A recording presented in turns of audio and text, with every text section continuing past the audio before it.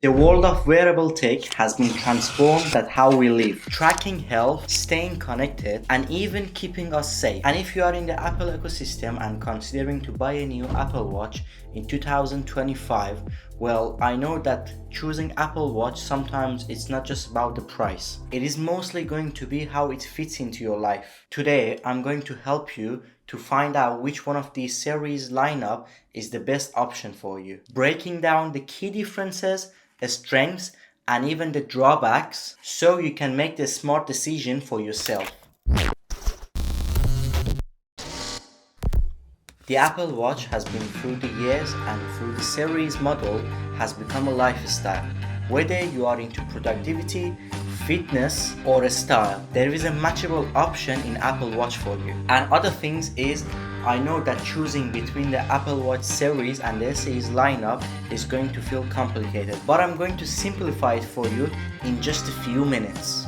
From the new series lineup, that is series 10 with a 2000 nit brightness display, and to the SE unbeatable value, because in 2025 both of them will offer you features that you cannot ignore, also preventing you to waste money. We're going to start first with the SE model, the more budget friendly option. It usually comes in two sizes, 40mm and 44mm, with the Retina OLED display that is hit up to 1000 nits display brightness, that is make it clear and vibrant even under the straight sunlight. The SE model has been packed with the essentials such as heart rate tracking, sleep monitoring, respiration rate, and even cycle tracking for women in these few years. But when I talked about safety features and keeping us safe, well, what I mean is that on the SE you will get the crash and fall detection. That means when you're having an accident with your car, automatically the SE will contact to the emergency services. That is going to be the same for fall detection. Also, in bad situations,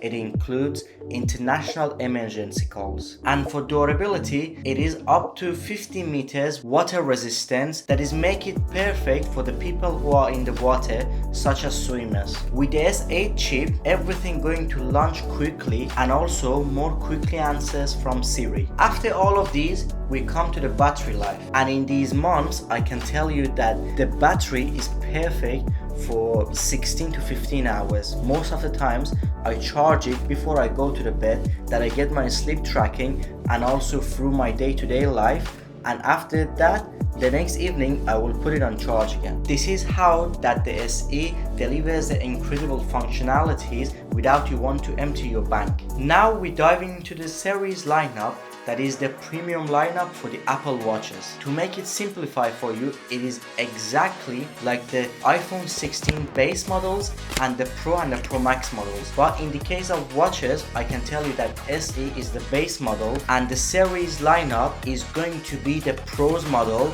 but after all of these, the Pro Max model is the Ultra. Apple claims that the Series 10 comes with the more nits brightness, that is 2000 nits, and also has the biggest screen size, that is going to be 42mm and a 46mm. And about the brightness, well, the brightness make it 40% brighter at the angle views. And the advanced health tracking is going to give you the ECG monitoring, temperature sensing for women's cycles, and also with those ovulation estimate for the cycles for women. Other features for most people in the water, you're going to get the water gauge, that is mostly been on the Ultra's version before, and also a water temperature sensor that makes it amazing for swimmers and divers for up to 6 meters. With the Series 10 lineup, you're going to get the S10 chip that will bring more faster processing, and also a double tap gesture that make navigating easier when your hand is busy and you just want to do it with one hand. Well, basically with double tap gesture, the Series 9 has been added last year as well. And the fast charging has been improved on the Series 10 for about 0 to 80% in 30 minutes. And last but not least, we have the speakers.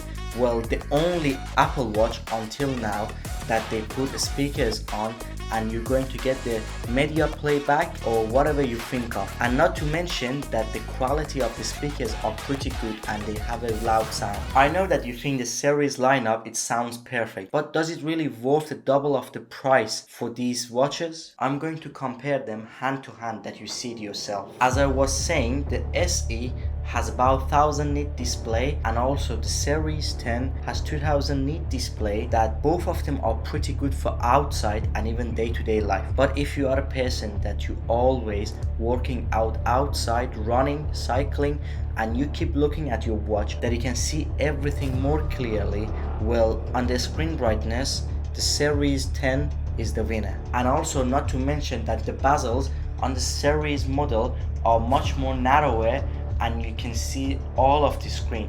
But on the SE, the screen has much more bezel that most of the people will not like it. Where personally myself, I really like the series design, that it's much more narrower, and that's what make it a premium price for a premium model. But on the health features and trackings, I can tell you that both watches have the very basic things that you literally need it for day-to-day life.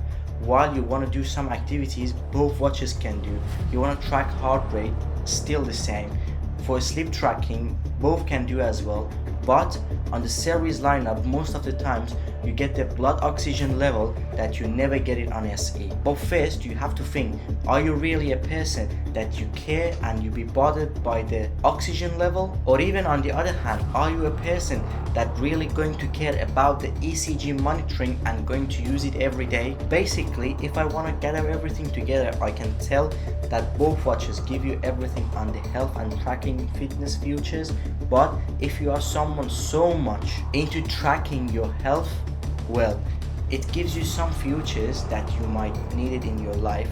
You can consider that. Again, while on the SEs that they handle and opening every app and launching smoothly, while the SE opens and running everything smoothly, the Series 10 with the S10 chip ensures quicker launcher apps and even navigating through the system faster. But sometimes I notices that even the touch screen on the series lineup, it's much more sensitive than the SE models. And not to mention that because of the chip, the series sometimes can do offline commands and you don't need the internet all the time. Both of them offer you 18 hours of battery life, in the case that on the series model most of the time you're going to get the 36 hours battery life with the power mode on. And also the fast charging that is more faster on the series lineup. Basically, if you're going out and you see your Apple Watch doesn't have a charge, in half an hour you're going to get the performance for nearly 10 to 12 hours. And for safety features, I can tell you that both watches includes the fall and the crash detections and also the emergency international calls. But honestly, I cannot tell you which one is more sensitive to fall and a crash detects. But as I read the news, both of them are pretty good, but I never tried it myself really to know which one is more quicker and snappier. And if I want to give you some pros and cons about both of them, the good things about the SE is the affordability and also a core features. While on the series lineup is the premium build, stunning display with the thinner bezel, cutting edge health tools, and also with a new feature that is a speaker. And the cons about both, first the SE is the no always on display and fewer advanced health metrics. About the series 10 is the higher price and also an advanced feature that is not going to be necessary for everyone. Well, at the end, the Apple Watch SE and the series lineup, both of them are incredible devices that will deliver you what you need.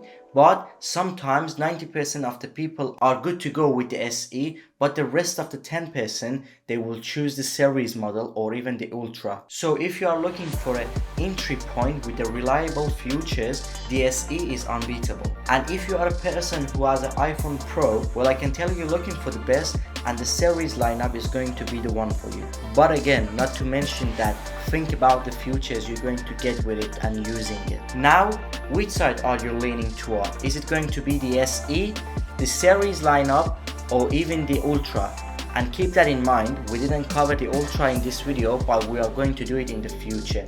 Also, if you found this video helpful, don't forget to hit the like button and also subscribe us, and don't forget to hit the ring button that you never miss us on honest reviews. And to the last, don't forget to keep your tech in check. See you next time.